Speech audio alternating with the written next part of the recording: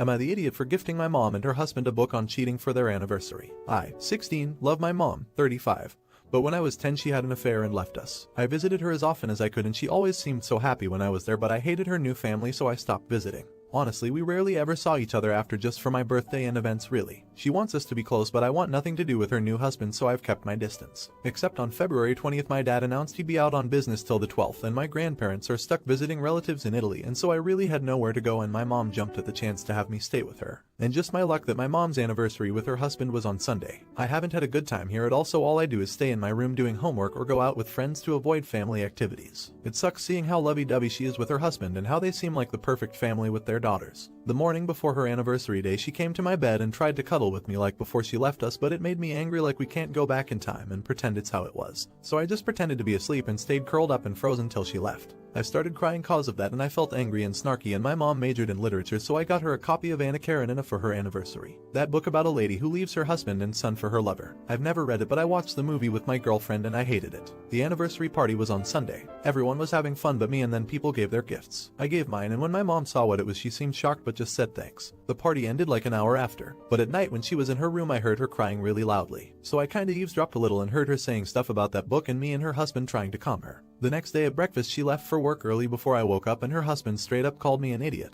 And other stuff for gifting them that. It's been a few days now and my mom has barely talked to me. Honestly I feel so wrong I made my mom cry but at the same time I don't want to be here and she knows that so am I really the idiot. Edit. Thankfully the mods have locked this. But to everyone who keeps DMing me here's some facts to read before you do. 1. I gave my mom the book to try and get it across to her that I hate being at her house and being around her family. It hurts me to be there because I sympathized with the son from the movie not because I want a train to run her over. I do not want that to happen to my mom too. I do not want my dad to get back together with my mom. He's happy with his fiancée 3. My dad has his reasons for not wanting me to go to therapy and is just being protective 4. Yes, I stopped visiting my mom cause I hate her husband but she had custody of me on weekends or breaks. She could have forced me to be with her but since being with him or making him be with us whenever I did go to her was more important she never tried anything beyond the bare minimum of going to big events. Update 1. Posting this now because people keep messaging me about it. The day after I posted I let my GF read it and she was like stay with me dummy. I told my dad. He said I could stay there and sent my GF's mom an email. At my mom's home I told her. She got really sad but said okay she'd drive me and sent an email too. I still wanted to talk alone to my mom like people said to. As she drove I wanted to talk like the school counselor helped me write a letter to read, like some people said to. But I just froze and she drove to a parking lot and started talking. She said a lot of stuff about the book, about still seeing me like I'm her baby, her not actually being happy and about us but ended with her saying it's okay for me to hate her for what she did cause she hurt me. She'd never push to be my mom again but if I ever wanted, she'd be there for me. But I don't hate her, I love her so I started crying really bad. I've never had a breakdown but I think that's what it was. I remember her taking me to the backseat and hugging me and me trying to say I love her while crying but it's a blur. She calmed me down and I told her how I feel. I do want her to be my mom. I just hate her husband and I don't want a train to hit her. I even told her about when she tried to cuddle and how I feel bad now cause that'll never happen again cause I'm never going back to her house. She told me she knew I was awake and was mad at her so I started crying again. She told me it was okay and she's wrong and we talked a lot but I kept crying so she gave me advice because my head started hurting. She seemed sad. I hate her husband but got really mad at him when I told her all the mean things he said to me and said she'd never let him get between us again. She said she'd take me to therapy with just her no matter what dad says and to spend time with me alone. She dropped me off and I've felt better since I stayed there until my dad came back. My dad promised never to send me there again and to stay at my GF's if my grandparents stay in Italy. He agreed to let me do family therapy with my mom but he said he'd ensure it's appropriate. We haven't started it yet, but my mom has kept her promise to spend time with me so far and it does make me feel happier. I didn't think the last post would blow up like it did so I hope with this update you guys don't have to worry much anymore cause I think it's getting better. Update 2. I've been going to therapy with my mom every day on Fridays, but we hang out just the two of us on Saturdays and Sundays. Like our first weekend together she took me to see Batman and the day after we went to Boston Pizza. Since then we've really just been going on walks and hikes or even shopping but I like that cause we get to talk a lot. And we talk on FaceTime every day. It really does feel like I've gotten her back as my mom and that's what I wanted. The best part is that when we hug now it's like we're actually hugging and before it was like I did it cause I had to and I guess it just feels so special. Like I don't know but I feel really happy, which I didn't before. I guess it was like I was missing something cause even my girlfriend has said that I seem a lot happier than before. Therapy has been really weird. It's not at all what I thought it would be. Like before the first meeting my dad talked to the psychologist for like half an hour like he was interrogating her but then my mom and I had the session. It was like the psychologist was focused on that book and why it made my mom cry and everything. The sessions since then have been weird cause it's like I end up crying a lot so my mom always brings a bottle of Gatorade for me. My mom does end up crying too but she always tries to hide it and not show and when the therapist asked why she said cause she doesn't want her crying to influence what I'm saying or how I'm feeling. I still don't feel comfortable going alone even though the therapist has said it and my mom said she'll take me and is going to start going on her own too, but I just don't feel ready. Oh, and in therapy I did tell her I was worried that she was only doing all of this cause she wanted to bring me into her family, and when she figured out it would never happen she would just choose her husband again and leave me for good. That made her cry a lot and she couldn't even hold it in, and she was like it's because she's finally starting to understand that I don't trust her and I might never trust her again, and she knows it's all her fault. She did promise me again though that I'd never have to see her husband and she'd only bring her daughters when I wanted, and that she'd never let him stop her from going to my graduations and my wedding.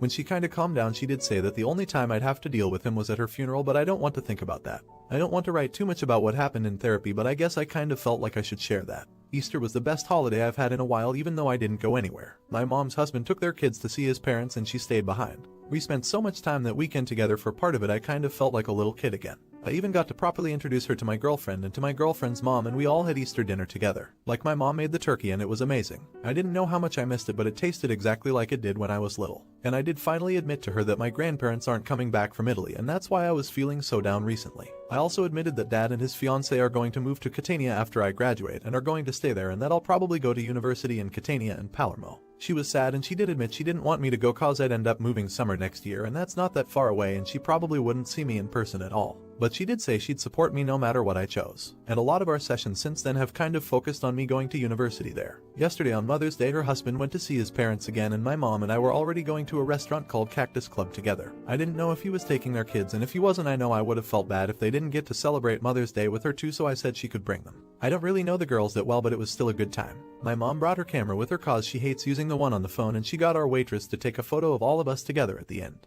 I did have the waitress take the photos again on my phone so I could send them to her and she could have them on her phone. Update 3. So, I guess to give an update, my exams are all done and it's summer break now. But I got into AP English. I got 2 lists of books from my teacher because he wants us to read them over the summer to be prepared. On one list it's books like Wuthering Heights, The Great Gatsby, Moby Prick and Frankenstein, and he said we absolutely should read through those since we'll be choosing 2 of them to do essays and stuff on. On the other list, it's just a giant list of books that he recommends reading to be prepared. It's a really big list, and of course, Anna Karenina is on the list. My girlfriend saw that and was like, well, good thing you already bought that one. Anyway, because my mom knows all those books, I gave her the lists before we went to our therapy session. She agreed to take me to Indigo or to some old bookstores to get me the best versions of them, because some of them are translated from other languages. I still don't feel comfortable doing therapy without her. I don't know, I just don't think that I'm going to be able to speak up without her there. She's pushing me to do it, but I just can't. She's even done some sessions alone through Teams. But like, if I do it alone and I end up crying, I don't want the therapist to hug me, and if it's at home I don't want my dad or his fiancée to wonder what's wrong. My dad still doesn't like that I'm doing therapy. He actually had a really big fight with his fiancée about it cause when her niece and nephew move in, she's going to send them to therapy. He's like they shouldn't go cause they can't speak English, and it might turn out like it did for him cause he couldn't speak English when he had to go as a kid. It sucked cause I got roped into it and my mom ended up being called and she threatened to pull the custody card on Dad to make it clear I'd still be going with her. He did say sorry to me after and that he'll try to be more supportive and get over being scared. Anyway, my mom bought me The Great Gatsby, Moby Prick and Frankenstein, cause she said that Wuthering Heights will probably bore me. And from the other list, she got me The Count of Monte Cristo, A Tale of Two Cities, Great Expectations and Catch-22. She also gave me the copy of Anna Karenina that I gave her and said she would like for me to read it cause it might help me understand why getting that hurt her so much, but that if it gets too much, I can just give it back to her. I guess I can. I mean, I saw the movie. How bad can it be? And my mom also said that she wants to take me on a trip somewhere in August. Cause if I move to Italy with everybody next summer, then we probably won't ever have a proper vacation again. I don't know if I want to go, but if it means so much to her then maybe I will. I just guess I'm scared that maybe her husband will end up coming even though she said that he won't. Not the idiot. And she's still with your stepdad. Seems like she's not fully committed to fixing things with you. And it's a major red flag if your kids can't or refuse to be around your spouse for any reason. She knows the rat takes joy in bullying her child, so why is it still there? It's grounds to throw him out immediately. How will she handle it when he decides to push her to abandon you a second time or insert himself where he is fully unwanted? I'd suggest bringing this up in therapy at your next appointment. Should he have forgiven his mom? Let me know in the comments. Now, am I the idiot for telling my girlfriend she ruined my night by not leaving me alone? My girlfriend, female 20, and I, female 20, have been dating for a year. My girlfriend Jane and I have separate friend groups. Jane doesn't get along with my friends, yet insists she is brought along to our nights out. It's incredibly uncomfortable because whilst she's also a woman, these get-togethers are no partners allowed parties. Plus, she doesn't get along with anyone, so it's super awkward. I was invited out to one of their parties, and Jane got upset that I'm going without her. I'll be gone from 10 a.m. Friday to afternoon on Saturday. She has no issue with both of us going, but without her, it's an issue. I said I'd leave later and try to get back earlier, but she wouldn't have it either. I ended up bringing her along and it was a nightmare. The mood was brought down and no one really had fun as all my friends seemed to be walking on eggshells around her. When we got back, she kept gloating about how much fun she had. but I felt the opposite. I said, well, I'm glad someone had fun. She got upset and asked what I meant. I explained that it was a friend's night in, and she wasn't invited. She got super upset and pulled some crap about how it's toxic that I want to have a night out without her. She says she's hurt that I won, didn't want her there, and 2, that I said she ruined the night. I just wanted to spend time with my friends, one-on-one. Am I the idiot? Edit. Clarification. 1. I mentioned Jane's gender because usually on posts like these, the no partner rule is because the partners are of opposite sex, so it's a safe space for the people to talk.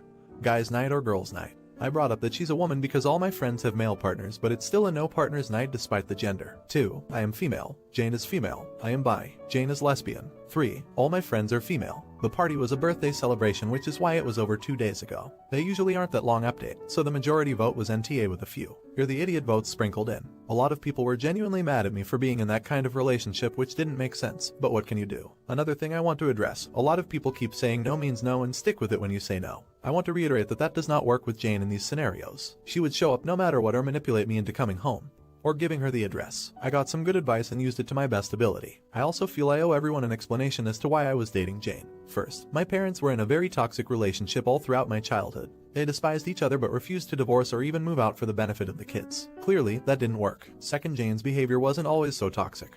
But once she started to act how my parents did to each other, my dumb brain associated that with love. I know now that is not the case, but Jane was my first real relationship. The first was a few months that ended with me being cheated on. I sat Jane down and explained that I feel sad by the double standard between her friends and mine. I expressed that I have no idea why she's so possessive and insists on coming to every party. Then she said something I was not prepared for. I can't trust that you won't go and frick anyone whilst out because you're bisexual. She went on to explain that she finds many of my friends attractive and assumed I did too, and so projected her own attraction onto me and became jealous and possessive. She also said there's a 50% extra chance you'll cheat on me because you swing both ways. I brought up some issues with how she conducts herself and she began crying and gaslighting me. Actually gaslighting.